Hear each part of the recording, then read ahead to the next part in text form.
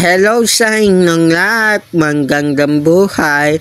Today in Philippines is January 11, 1897, pinatay ang tinagulian 13 martir ng Bagong Bayan or sa English tinatawag natin 13 martir of Bagong Bayan.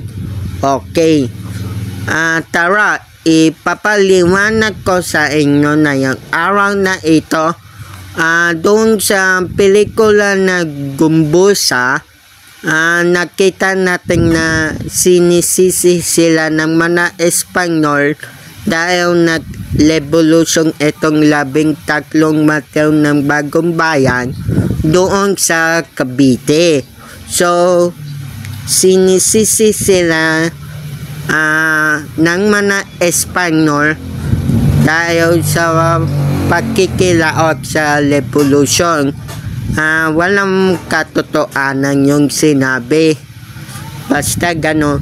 Namatay yung Gumbusa noong Pebrero 17, 1872 sa paleong lokasyon sa Bagong Bayan na ngayon ay Rizal Park o Luneta Park sa lungsod ng Maynila. Okay? Ito na panalang ng 13 martir na pinatay sa Bagong Bayan. Basahin nyo dyan sa screen yung 13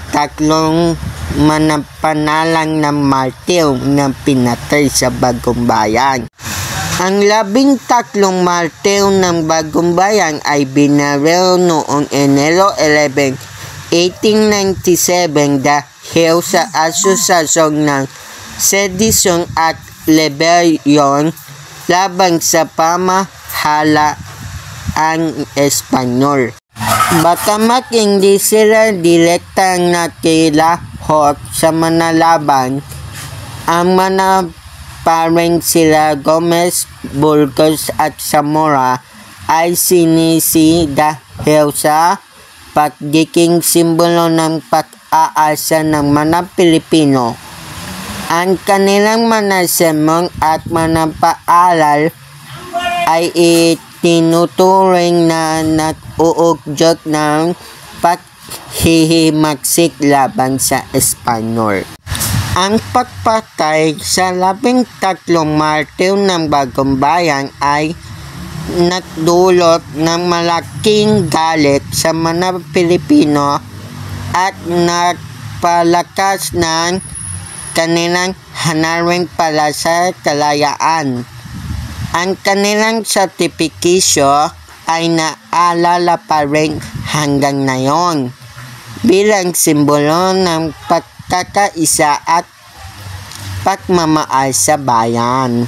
Ang mga pari sila Gomez, Burgos at Zamora na kilala bilang Gumbusa ay sinisi dahil sa pagiging simbolo ng pag-aasa ng mga Pilipino dahil sa ilang mga kadahilanan. Okay, number 1, impluwensya sa mga tao. Ang mga pari ito ay kilala sa kanilang pagiging mahusay ng tagapagsalita at tagapagturo. Ang kanilang mga sermon at mga paalal ay nagbigay inspirasyon sa mga tao at nagpalakas ng kanilang damdamin laban sa pag-aapi ng mga Espanyol. Pagiging kritikal sa pamahalaan kahit na hindi sila direktang nakilahok sa mga laban, ang kanilang mga sermon at mga paalal ay itinuturing na nag-uugyot ng paghihimagsik laban sa Espanyol. Ang mga pari ito ay nagsasalita laban sa korupsyon at kawalan ng katalunan sa pamahalaan na nagpapalakas ng galit ng mga tao.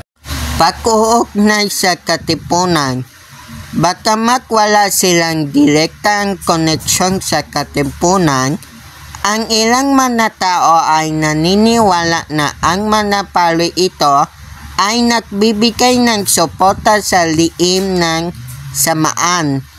Ang katipunan ay isang revolusyonaryong organisasyon na naglalayong makamit ang kalayaan ng Pilipinas mula sa Espanya.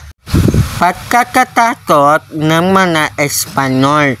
Natatakot ang mga Espanyol sa lumalaking suporta sa mga pari ito at sa kanilang impluwensya sa mga tao upang mapanatiling ang kanilang kamparian. Pinili nilang pataimiking ang mga pari ito sa pamamagitan ng pagpatay sa kanila.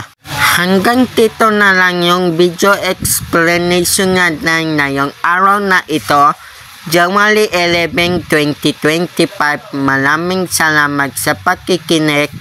Tandaan, importante na may alam. So, paalam.